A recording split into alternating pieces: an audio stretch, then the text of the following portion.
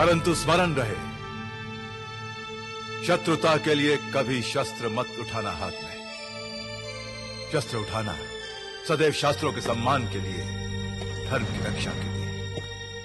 शक्ति की सार्थकता होती है तभी जब वो बनती है भुजा दुर्बलों की, आंख अंधों की, आवाज गूंगों की। जितना मेरे पास था मैंने तुझे दिया आर्यमान, शेष तुझे सीखना है जीवन से। मेरे जीवन तो आपके चरणों में है आचार्य। आपके वचन मेरे लिए शास्त्र हैं और आपके इशारे मेरे लिए आदेश। और ये कुरुक्षेत्र मेरे लिए विश्व है आचार्य। मुझे और कुछ नहीं चाहिए, मुझे और कुछ नहीं चाहिए। गुरु शिष्य का गर्भ होता है आर्यमान, और एक न एक दिन गर्भ तो छोड़ना ही पड़ता है जीने के लिए। समय से अधिक रहना गर्भ में हानिकारक होता है दोनों के लिए। तेरा जन्म नहीं हुआ इस गुरु क्षेत्र से बंधे रहने के लिए। अनंत ब्रह्मांड है तेरी कर्म भूमि, और तेरा कर्म है मुक्ति आर्याना अंतरिक्ष की। आर्याना, अंतरिक्ष, ब्रह्मांड, मेरे कंधों पर इतना बोझ मत डालिए आचार्य। मैं तो केवल आपका शिष्य रहकर ही संतुष्ट हूं। शिष्य रहकर संतुष्ट है, केवल संतोष तेरी नियति नहीं है आर्यमान। तेरी भुजाओं में अंतरिक्ष का भविष्य है। स्वप्न है तू जिसे देखा है आर्याना ने शताब्दियों से अपनी मुक्ति के लिए। तू ना तो गुरु क्षेत्र का था, ना गुरु क्षेत्र का है, ना गुरु क्षेत्र का रहेगा। अरे गुरु क्षेत्र तो मात्र एक पड़ाव था तेरी अनंत यात्रा में। तो फिर मैं कौन हूं आचार्य? मेरा परिचय क्या है? मुझे आज तक नहीं बताया गया है कि मेरे माँ बाप कौन है, कहां जन्मा हूं मैं, कैसे यहां आया हूं, कहां से आया हूं, कहां जाऊंगा मैं। क्यों मेरे कंधों पर इतना बड़ा बोझ डाला गया है आचार्य? समय आ गया है कि तू स्वयं मिले अपने इतिहास से आर्यमान। इतिहास? हाँ, एक दिन तुझ पर पुराण लिखे जाएंगे। बनेगा तेरा इतिहास महागाथा ब्रह्मांड की। प्रारंभ होती जन्म से कई प्रकाश वर्ष पहले, जब हुआ था इस अंतरिक्ष का सबसे भयानक परमाणु युद्ध। लाखों ग्रह और उपग्रह तो क्या, तारे तक झुलस गए थे इस महायुद्ध में। बचे हुए ग्रहों के लोगों ने अपने प्रतिनिधि बुलाए शांति की स्थापना के लिए, ओमियान की स्थापना के लिए। तब से ओमियान के संरक्षक शांति और व्यवस्था रखते आए हैं अंतरिक्ष में अपनी शांति सेना से। अध्यक्ष रहा हूं मैं तब से ओमियान का। लेकिन जीवन चलता नहीं केवल शुभ से, अशुभ का प्रतीक भी आता रहता है। बार बार कोई ना कोई आता रहता है शांति भंग करने के लिए। ऐसा ही एक प्रतीक था उसे एक व्यापार संघ का महासामंत तारक, मेरा ही एक बिगड़ा हुआ शिष्य।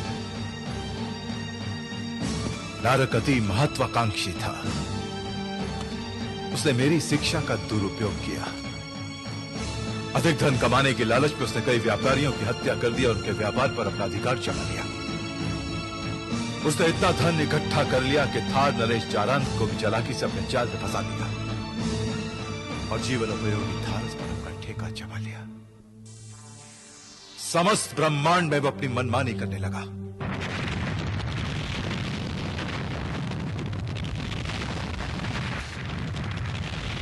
ये क्या किया महासामंत नारक? जरा सी बात के लिए आपने पूरा ग्रह उड़ा दिया। प्रश्न जरा सी बात का नहीं, सिद्धांतों का होता है सामंत वैशाख। जरा सी खरोंच आगे चलकर नासूर बन जाती है। इसलिए इसका इलाज पहले ही आवश्यक होता है। ये कैसा इलाज? उसने आपका एक छोटा सा प्रस्ताव नहीं माना, उसके लिए आपने करोड़ों लोगों की जानें ले ली। नारक की महत्वाकांक्षा ब्रह्मांड से भी बड़ी है, तो उसके सामने यह आर्याना आकाश गंगा का चीज है। जो हमारी महत्वाकांक्षा के विरोध में सर उठाएगा, वो सर इसी प्रकार कुचल दिया जाएगा। आर्याना तो नारक के विजय अभियान का प्रथम चरण है। उस पर अधिकार करने के लिए पहले हमें थार ग्रह के महाराज जारांत के थारस पर पूरा अधिकार प्राप्त करना होगा और उसके बाद उसे एक व्यापार संघ के अंतरिक्ष यान ब्रह्मांड की दूसरी आकाश गंगाओं की यात्रा करेंगे, उन पर विजय प्राप्त करेंगे। उसे को ब्रह्मांड के कोने कोने में पहुंचाने का सपना देखा है महासामंत नारद ने। अगर कोई हमारी महत्वाकांक्षा के विरोध में खड़ा होने की कोशिश करेगा तो उसे नारद से भी बड़ा सपना देखना चाहिए और उसके पास नारद से भी ज्यादा खतरनाक दिमाग होना चाहिए। प्रणाम महासामंत नारद। जाबू नरेश शोर ने क्या उत्तर दिया दूत? जी ये अटक अटक कर क्या बोल रहे हैं? साफ साफ क्यों नहीं बोलते? जाबू ग्रह के राजा शोर ने अपनी पुत्री के साथ आपके विवाह प्रस्ताव को अस्वीकार कर दिया है। क्या? और तुम बुजदिलों की तरफ वापस आ गए? आगे मुझे कदम बढ़ाने की आपकी आज्ञा नहीं थी महासामंत नारद। मूर्ख, ऐसे मामलों में नारद की आज्ञा की आवश्यकता नहीं होती। उस बुड्ढे की इतनी हिम्मत कि हमारे प्रस्ताव को ठुकरा दे। दूत जी। जाबू ग्रह पर आक्रमण की तैयारी करो। क्या करने का निशान हमारे अंतरिक्ष की चीज शायद कभी बुलाई थी मैंने।